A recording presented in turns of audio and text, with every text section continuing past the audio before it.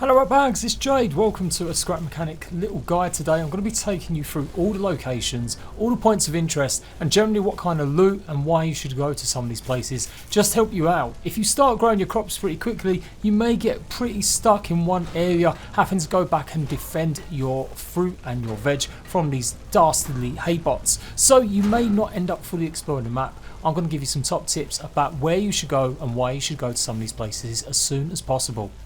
But before we go any further, please give me a follow on Twitch if you want to see me playing Scrap Mechanic more live. I'm starting up streams again next week and I'll be doing it in the morning time, so come join me as I experiment and make some crazy contraptions in Scrap Mechanic. The links for it will be in the description box down below.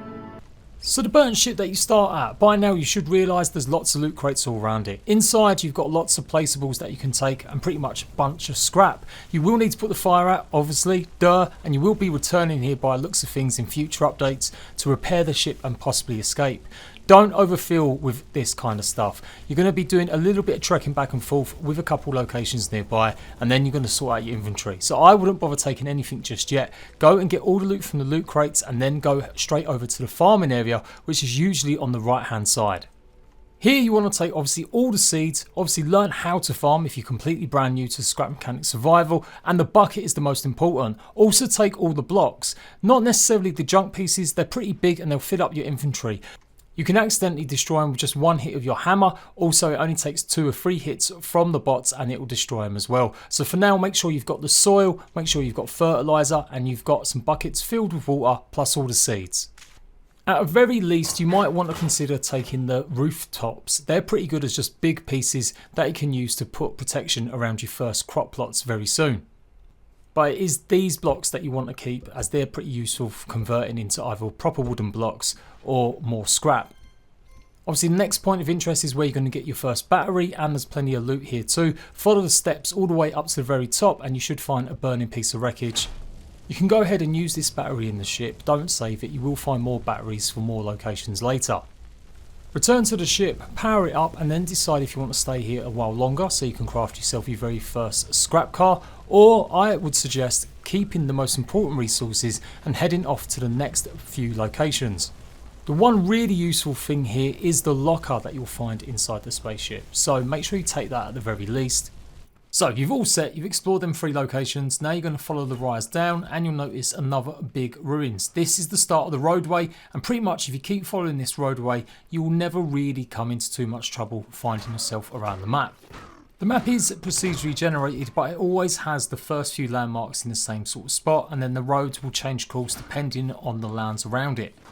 Now if you do have a lot of water, I'm obviously showing you the tips around the biomes too. You'll find a few resources in here. Oil, clam glue, and of course glow bugs. These are the 3 things you want to be looking out for. Sometimes you will come across a little cave. These often have loot boxes if you follow it all the way down.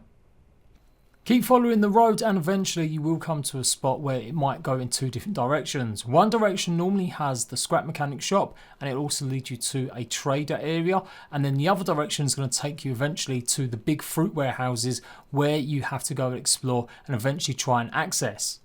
This is where you'll also find a craft bot, but the more important one, once you've powered it up and you'll find a battery in the little shell pods nearby, is this one. This is going to make all your different bots: craft bot, cook bot, refinery, and a collector bot. These are all pretty much really useful, and this is what you're going to be unlocking. This is not a bad spot to go. You can pretty much defend either side, and it's a good place to maybe have your base initial stages. It's normally always near pretty much water, so you might even be able to set up your first farm. These are the shells or the sleep pods. You'll find beds in here that you can sleep on to save, but be careful, there are often hay bots in here, and you should find a battery in one of these too. Just like it is with the spaceship, you can power this up and this will become your de facto base, and this is a much better location to start building because it has got access to them craft bots initially. Again, when I first started playing Scrap Mechanic, I missed all of this. I totally didn't pay attention to the road. I thought it was just a bit random, and so I never found the mechanic station. I never explored fully the ship, and so it spent a long time just kind of surviving without really having a good clue of what to do. Now, it's not always guaranteed there is a split junction, but what I've found through starting a multiple bunch of worlds, there normally is at least two parts of the road that you'll go. One part will take you towards like them big warehouses, and the other part is going to take you to the trader. So you're going to have to just choose one and see if it's the one for you. If you can see the big warehouses in the distance, go the other way. Check out the trader first. But before you do get to that trader, I nearly forgot about this place. This is the packing plant. This is where you can take your fruits and your vegetables and pack them up into containers ready to be transported. Either taking them to the trader so you can swap it over for upgrades and new items like the spud gun and spud shotgun. And in the future, it does look like you'll be also doing this to escape the planet. You might have to fill a quota before you can maybe escape. I don't know for definite though. Obviously, we've got lots of updates to come, but that's kind of what it looks like, judging by what I'm going to show you with the warehouses a bit later on. I've never found any loot around this area. It's simply just a packing plant. You're going to need a vacuum piece, pretty much a pipe and a large chest to put the fruits in, and then the large chest is connected to the vacuum, and then the vacuum is connected to these points, and that's how you offload a bunch of fruit in one go, so it makes a special crate. It's these crates that you then take to the trader, and then you can actually get more gear.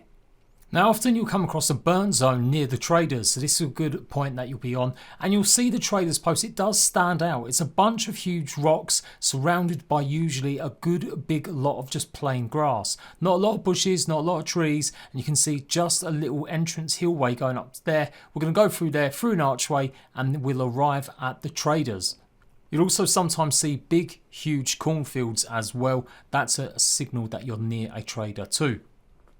Of course, it is procedurally generated, so there may be some differences, but that's what I've discovered so far by playing it.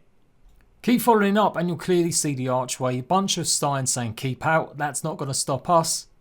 So we're here anyway, and this is where you're going to be taking your big, huge fruit crates if you want to get yourself upgraded. It's going to take a while. It's going to be a big while before you get to this stage. At this point, you'd have made lots of vehicles. You'd have experimented in having one that can pick up NPCs, one that will pick up just your fruit stacks and stuff that will be just to go and collect wood and stone and stuff like that. So a bit of a way away, but it's good to know exactly where it is. Go and take a look for yourself, see what you want to work towards upgrading. The most important stuff here is it's a lot better to go and just grab these soil bags. When you've got a good farm going, you'll be able to convert it and get lots of soil and lots of fertilizer. This is the only place I've found so far where you can get mass amounts of fertilizer by obviously trading in the fruit packs. You can't make fertilizer on your own unless there's something I've missed. You can only find it out in the wild. Also, a lot of the fruits are pretty rare, like the blueberries, bananas and oranges. They're really hard to get hold of unless you, again, I've missed something and I've not come across something that drops them, but I've only found like maybe one or two in about 25 hours of playtime in just the last couple of days. And of course we've got things like cosmetics and the guns, particularly obviously the spud gun and the spud shotgun. You can also buy ammo as well for it, and you can even get yourself a drill bit too. So you do need to bring the packs. It says trade, that doesn't mean fruit, that does mean a fruit whole pack, a whole trade pack that you have to pack up at that packing spot. PS, this is where you'll need to bring the traders, and I'm going to show you them now. This is where you've got to bring them as well. So, when you've come back along the road or in any other spot, you'll find quite a few of these, the burnt ember forest. This is where you get burnt ember, which you need for a whole host of things. So make sure you smash some of these trees and get the resources from them. But this is the area. This is the dwarf, the trader. And you pretty much have to whack this cage and find a way to get it to that trading post. So obviously if you build yourself a proper vehicle like a flatbed truck, it'll be a lot easier. Or you could simply just keep whacking it all the way over by hand. I'll leave it to you to work out exactly what way is going to be better. But yeah, this is definitely something to consider if you're going to be upgrading. You won't have to do this straight away. You still probably have to combine a lot of fruits. Normally the trades need a lot of fruit packs as well as one dwarf if you want to unlock some new upgrades. Now, as far as I know, they don't necessarily respawn like some of the loot crates do, or not quickly anyway. I've definitely come through it a couple of times in the space of maybe 24 hours or a couple of days, and I've not seen another one respawn, but maybe it just takes a bit longer. Eventually, when you're ready, get back onto the road and keep going alongside towards the big warehouse buildings that you see in the distance. You'll come across this area. I haven't found no use for it. It Does look like it might be somewhere you'll be able to put a machine at one point and maybe get something like sand or cement or something like that. It seems like just a bit too much of a landmark not to have any sort of use, and it looks like obviously it's got big pipes, so who knows, maybe it'd be a way to get lots of water. Not too sure, but in the future. Back on the road, we'll come up to a small trading post here. This is kind of a collection of shops. Now I say trading post, you can't actually trade with anyone, but you can take a bunch of seeds. There's so much good stuff here, including seeds, lots of scrap wood, lots of scrap blocks, a few other things as well. You'll find signs, which are pretty cool, some fridges, I'm not too sure if they actually work though, and also you'll find a fan unit at the back of some of these buildings too. So definitely take what you can, starting with the blocks as always, and remember leaving the scrap maybe till last just for decoration, because it only takes 1 or 2 hits from bots and they'll be gone. You'll also find packing crates which are buoyant, so them blue squares, they're really good for making water immersibles. You do normally find a good few of these on the road or nearby the road, so at least 3 or 4 in my travels, spending a good couple of hours just running up and down the road and exploring all the biomes. A few smaller ones now. Near that big cornfield you'd often find a half-built shack. Obviously again you can take the resources here, there's often lots of seeds and there'll be lots of soil plots where you can plant some food, maybe on the go. So if you're looking just to get some food quickly, build yourself a little camp for a couple of days or a waypoint, it might not be a bad spot. Another smaller one that you'll find when you've gone past the big warehouses is this. This is a chemical plant. You can pretty much drain the chemical liquid out of here, I think, in some way, maybe using a pipe and basically making a pipe system like you've done maybe with your water. Again, it's all pretty advanced, but I am trying to show you every kind of location and biome. That is toxic. If you go into that, you will start taking damage, and there doesn't seem to be any loot crates or anything that you can only activate on that big huge building. It's more just about this lake being filled with stuff. Okay, now for the big daddy, the warehouses. Now these are massive. There appears to be some sort of lift that you can get access to with the right key cards. Now I'm not going to spoil too much, I kind of have a feeling of what to expect and how to get it, but I'm going to let you guys work that out for yourself. And by the time you got here, this is going to take a hell of a lot of hours. You can run up like I have done. I did all of this on foot, by the way. It's probably best advised you get yourself a fast moving vehicle, as it will take you a long time. I just kind of wanted to go and have an explore and see how long it would take if I was doing this all on foot. I went through a lot of food, a lot of resources. There's so much stuff you can take and grab here though. Lots of metal blocks or lots of scrap metal blocks and stuff, all sorts of crazy glass, loads and loads of resources just for that alone. So it is worth it coming here at least once, even if you can't unlock the door that will take you upwards. Be warned though, there is a very dangerous spot. It's the tape bot. They fire projectiles that can do a hell of a lot of damage, as you saw there, at least 30 in one shot. But they don't take as many hits. Hit them maybe 2 or 3 times and they'll go down. So you kind of just got to creep around them or find yourself some good cover.